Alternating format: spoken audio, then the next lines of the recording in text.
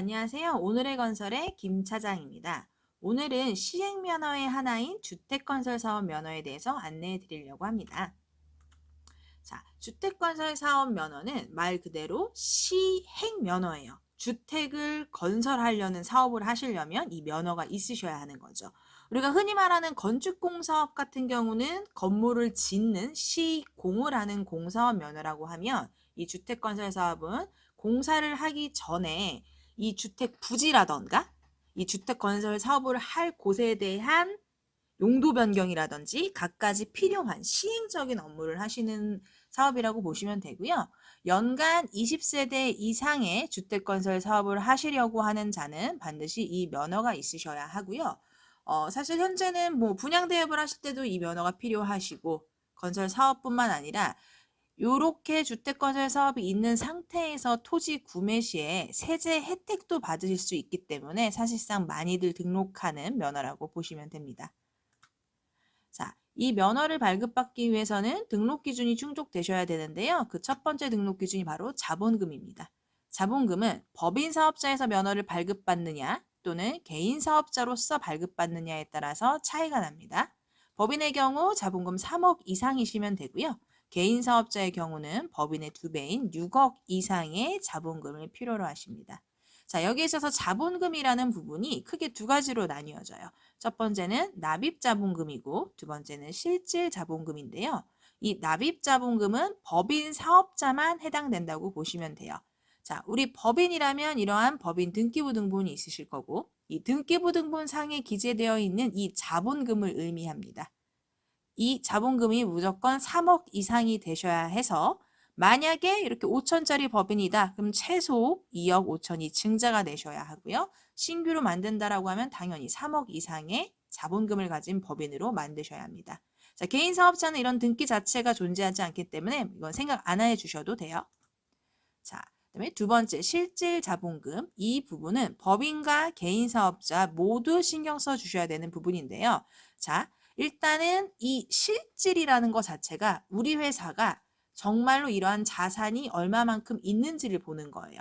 그래서 그렇게 해서 증빙할 수 있는 서류로는 첫 번째 가장 쉬운 건 예금이 있죠. 쉽다고는 하지만 이 예금이 있어야 하는 거니 어떻게 보면 가장 어려우실 수도 있는데요. 만약에 우리 법인이 3억이라는 예금이 있다라고 하면 그 법인 통장에 잔액증명서를 발급받으시면 되는 거고요. 개인 사업자면 마찬가지로 개인 사업자의 통장에 잔액증명서를 발급받으시면 돼요. 법인이면 3억 이상의 예금 잔액증명서가 필요하시고 개인이면 6억 이상의 예금 잔액증명서가 필요하십니다. 그리고 이 잔액증명서는 내가 한 달 전에 떼어놓은 거 있는데 나 2달 전에는 3억 있었는데 옛날 거 떼어도 되나요? 그렇진 않고요. 우리가 면허를 접수하려는 날로부터 일주일 이내 발급된 잔액증명서가 필요하고요. 그리고 이 잔액증명서라는 걸 뗄 때 우리가 기간을 정하게 돼 있어요. 예를 들어서 12월 8일을 기준일로 해서 잔액증명서를 뗄 수도 있고요.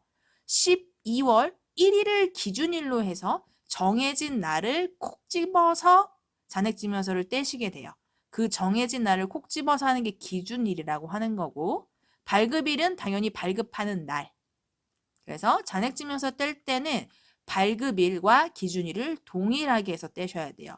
즉 오늘 발급할 거면 기준일 또한 오늘로 그리고 오늘로부터 일주일 이내에 면허를 접수해야 한다. 이렇게 생각해 주시면 되고요. 그리고 예금 외에도 건물이나 토지 등이 있다면 그 건물이나 토지의 공시지가 기준으로 해서 법인 3억, 개인 사업자는 6억 이상이라면은 그것도 또한 인정이 됩니다.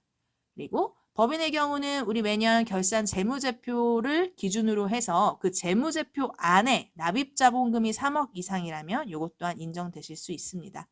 그래서 이 실질자본금이라는 건 예금이나 건물, 토지 또는 재무제표 등을 통해서 입증받을 수 있다. 이렇게 보시면 되고요. 건설업 면허가 있으신 분들은 아실 건데 건설업 면허를 따려면 기업 진단이라는 것도 해야 되고 돈도 통장에 한 달 이상 있어야 되고 그런 요건들이 있는데요. 주택건설 사업은 그렇게까지 필요하진 않으세요. 이렇게 예금 잔액 또는 자산의 공시지가 확인원, 재무제표 등을 통해서도 충분히 입증 가능하십니다. 자, 두 번째로는 기술자가 있는데요. 기술자는 자격증을 보유한 사람 한 분 이상이 회사에 등록되어 있으시면 되는데 여기서 말하는 자격증이라는 건 한국건설기술인협회에서 발급하는 경력 수첩이 있어요. 그게 바로 건설기술진흥법에 따른다라고 하는데요. 이 건축 분야에 초급 이상의 경력 수첩이 있으신 분, 한 분 이상이시면 되고요. 이 분들이 우리 회사에 4대 보험 등록 시키고 그 다음에 우리 회사 또한 기술인협회 업체 등록도 하셔야 돼요.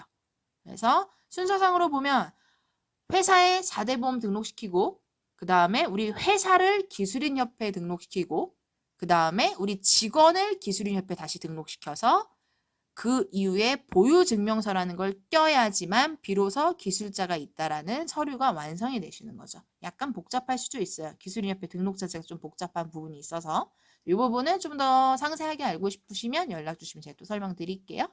자, 그리고 우리 기술자는 상시 근로가 필수이시고요. 다른 회사에 이중 취업돼 있거나 별도로 사업체 운영하시면 안 된다는 점 이거 꼭 기억해 주시길 바랄게요.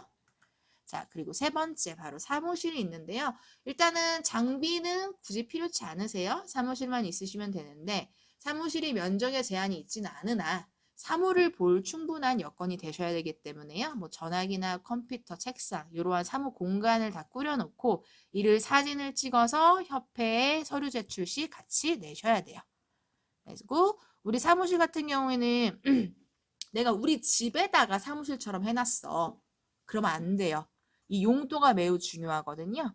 그래서 우리 사무실 주소지에 건축물 대장을 떼시면 이 용도 확인 가능하시고 주거용은 절대 안 되시고요. 이런 주택 이런 거 안 되시는 거예요. 사무실이나 근린생활시설로 되어 있는지 그런 거 꼭 확인하셔야 된다는 거 꼭 기억해 주시고요. 자, 그리고 요렇게 우리가 등록 기준, 자본금 기술자, 사무실이 다 준비되었다라고 하면은 우리 사무실 소재지에 위치되어 있는 대한주택건설협회로 서류를 제출하시게 돼요. 그러면은 이 대한주택건설협회에서 검토를 한 후 문제가 없다면 면허가 발급되는 과정인데요. 이게 면허 접수할 때 대한주택건설협회라는 곳에다 협회비를 납부하셔야 돼요. 이 협회비가 처음에 입회하실 때 600만 원의 입회비가 있으시고 연회비로 150만 원을 납부하셔서 처음에는 총 750만 원을 납부하셔야 되고 그 이후에는 1년에 150만 원씩 연회비를 납부하셔야 된다라는 거. 요거는 거의 모든 대한주택건설협회를 등록하시려면 이러한 요건이 있다라는 것은 좀 감안을 하셔야 될 것 같아요. 자, 저희 해솔 C&I는 이 주택건설사업 면허에 대한 모든 것들을 상담해 드리고 있어요. 법인의 설립을 원하신다면 설립하는 부분부터 그다음에 각종 서류에 대한 검토, 협회에 들어가는 서류를 작성하는 부분까지 다 안내를 드리고 있으니까요. 궁금한 부분 있으면 언제든 저희 해솔 C&I로 연락 주시면 제가 친절하게 설명드리도록 하겠습니다. 네, 이상 오늘의 건설의 김 차장이었습니다. 감사합니다.